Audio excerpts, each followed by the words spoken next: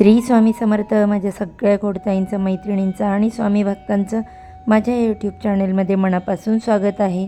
आजचा दिवस तुम्हाला सुखाचा, समाधानाचा, आनंदाचा आणि भरभराटीचा जाओ हीच महाराजांच्या चरणी प्रार्थना करते आणि आपल्या या आजच्या नवीन व्हिडिओला सुरुवात करते. दिवाळी लक्ष्मीपूजनाच्या एक दिवस आधी छोटी दिवाळी साजरी केली जाते.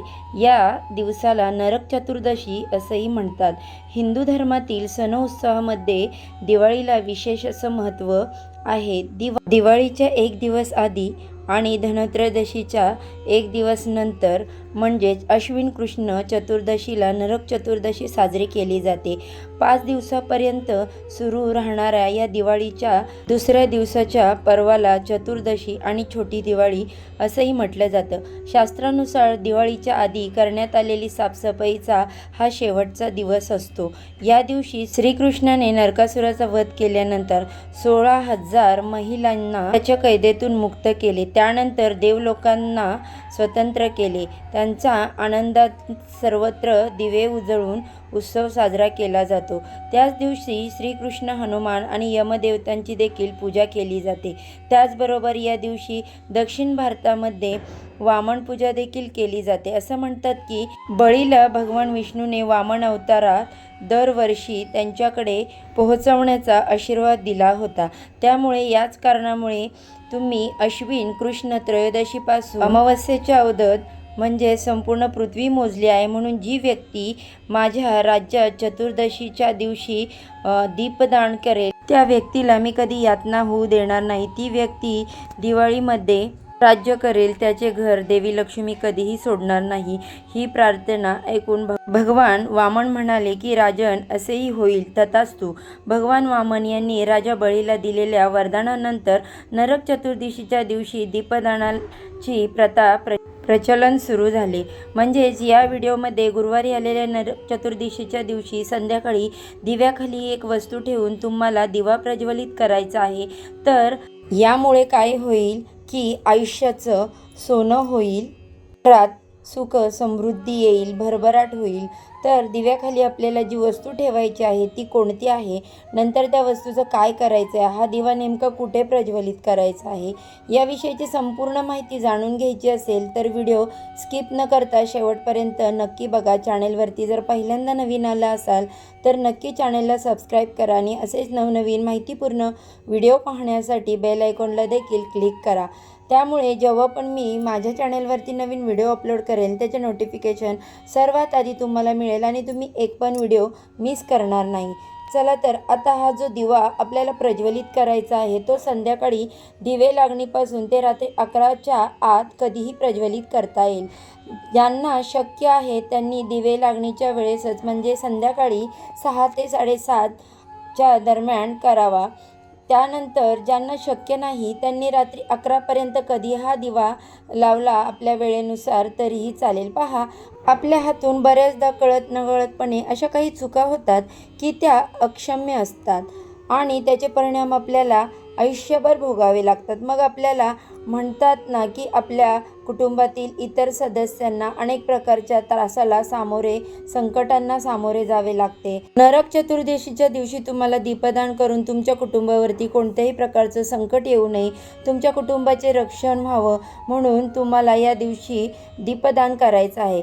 बरेचदा काय होतं, आपल्या कुटुंबातील एखाद्या व्यक्तीवर बाहेरची बाधा, नकारात्मक शक्तीचा प्रभाव होतो आणि त्यामुळे त्या व्यक्तींवरती वारंवार संकट येत राहतात.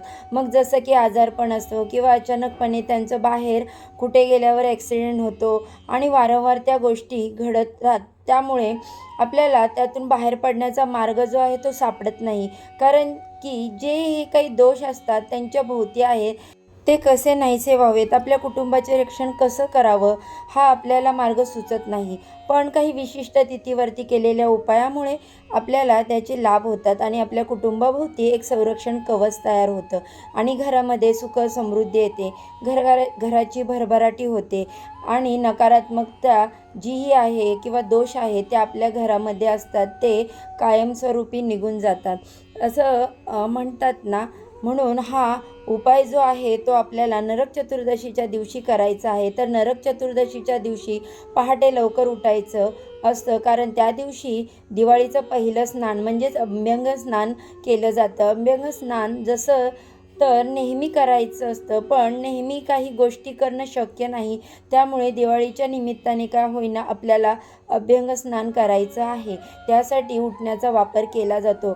घरी उटणं तुम्ही तयार करू शकता किंवा मग तुम्ही बाजारातून आणले तरी चालेल. तसेच आपल्याला अंघोळीच्या पाण्यामध्ये काही शुभवस्तू देखील टाकायच्या आहेत आणि उद्याच्या दिवशी आपल्याला देवांना देखील अभ्यंग स्नान घालायचं आहे आणि त्यानंतर आपल्याला संध्याकाळी दिवे लागणीच्या वेळेस हा उपाय करायचा आहे.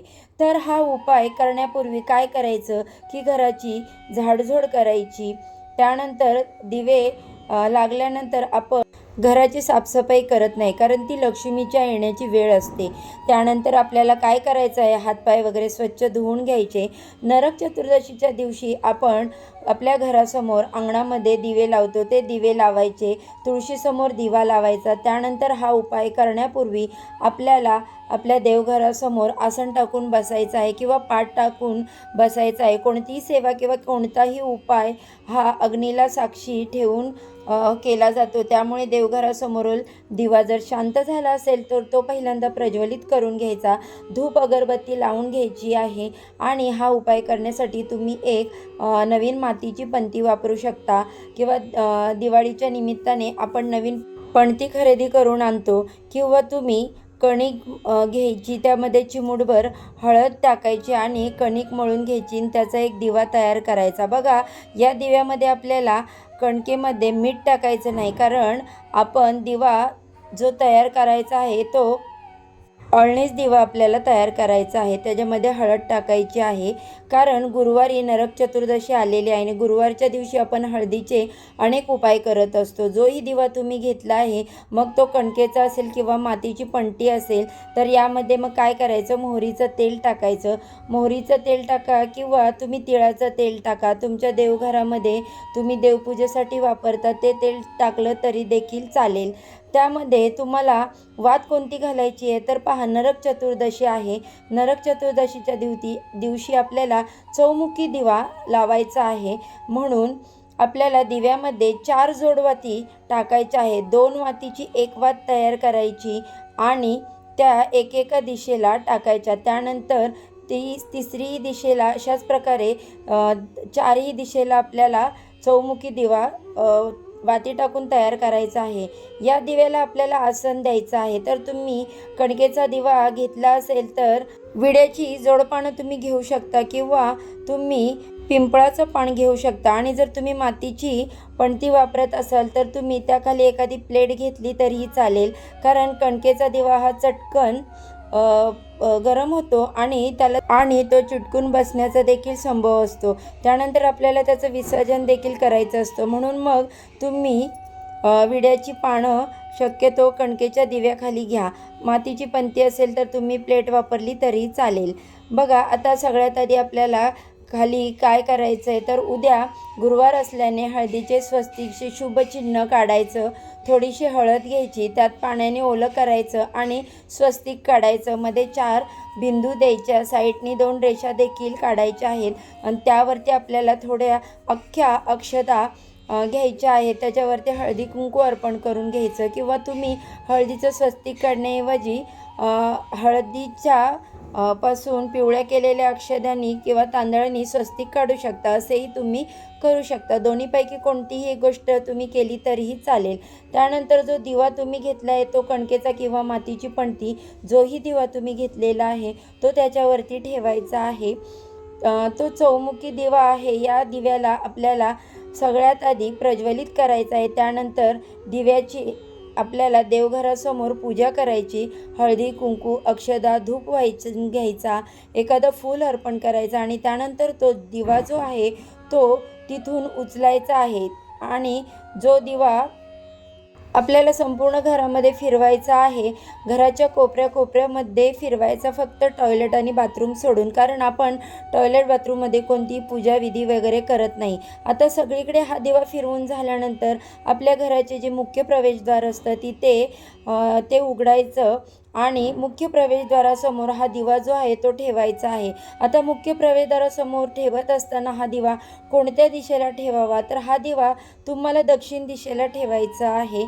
याचं कारण मी तुम्हाला सांगते की नरक चतुर्दशीच्या दिवशी यमाचा दिवा लावला जातो. याआधी धनत्रयोदशीच्या दिवशी देखील आपण यमाचा दिवा लावला होता, पण नरक चतुर्दशीच्या दिवशी सूर्यास्तानंतर प्रदोष काळामध्ये यमाचा दिवा पेटवला पाहिजे. दिवा लावला असता कुटुंबातील सदस्यांचा मृत्यू भय राहत नाही. तसेच हा दिवा प्रज्वलित केल्यानंतर म्हणजेच मुख्य प्रवेशद्वाराच्या बाहेर तुम्ही डाव्या साईडला ठेवा, उजव्या साईडला ठेवून असं काही नाही. फक्त तुम्ही हा जो दिवा आहे तो दक्षिण दिशेला ठेवा, म्हणजे घरासमोरील जो दक्षिण दिशा आहे तिथे तुम्हाला हा दिवा ठेवायचा आहे. त्यानंतर प्रार्थना करायची आहे की हे यमदेवा, नरकाचे दरवाजे बंद करा, आमचं आरोग्य चांगलं ठेवा, असं म्हणून यमराजाला ही पूजा केली जाते आणि घरामध्ये दिवे लावले जातात. आता हा दिवा आपण घराच्या मुख्य प्रवेशद्वाराबाहेर ठेवला आहे. तुमचं जर फ्लॅट सिस्टीम असेल तर तुम्ही एखाद्या साईटला घरामध्ये तुम्ही दिवा ठेवू शकता किंवा बाल्कनीमध्ये देखील तुम्ही तो दिवा ठेवू शकता. दुसऱ्या दिवशी सकाळी उठल्यानंतर या दिव्याखाली जे आपण तांदूळ ठेवले आहेत ते आपल्याला एखाद्या झाडाखाली नेऊन टाकायचे आहेत. त्याच्यानंतर ते तांदळाच्या डब्यात चुकूनही टाकायचे नाही, कारण हे यमदीपदान केलेले आहे. तिथे किडा मुंग्या ते काही कीटक वगैरे असतील तर ते खाऊन घेतात. कणकेचा दिवा देखील ते खाऊन घेतात. तुम्ही मातीची पंती वापरली असेल तर ती मातीची पंती तुम्हाला परत वापरता येणार नाही, तिचं देखील आपल्याला विसर्जन करायचं आहे. एक तर तुम्ही पाण्यामध्ये प्रवाहित करून टाका किंवा एखाद्या झाडाखाली तुम्ही मुळाशी ती दाबून द्या, कारण हे यमदीपदान केलेला दिवा असतो. कोणत्याही पूजेमध्ये शुभकारासाठी वापरला जात नाही, म्हणून तुम्हाला ही काळजी घ्यायची आहे. आणि अशा प्रकारे गुरुवारी नरक चतुर्दशीच्या दिवशी संध्याकाळी तुम्हाला असा हा दिवा लावायचा आहे आणि दिव्याखाली ही वस्तू ठेवायची, जेणेकरून तुमच्या आयुष्याचं सोनं होईल, घरामध्ये सुख समृद्धी, घरात भरभराटी होईल. म्हणून नरक चतुर्दशीच्या दिवशी अशा प्रकारे आपल्याला दीपदान करायचे आहे आणि तेही यमराजांसाठी. याबरोबर आजचा हा व्हिडिओ मी इथेच एंड करते. तर तुम्हाला जर हा व्हिडिओ आवडला तर नक्कीच माझ्या व्हिडिओला लाईक करा आणि चॅनलला सबस्क्राईब करून बेल आयकॉन क्लिक करायला विसरू नका. चला सर्वांना श्री स्वामी समर्थ.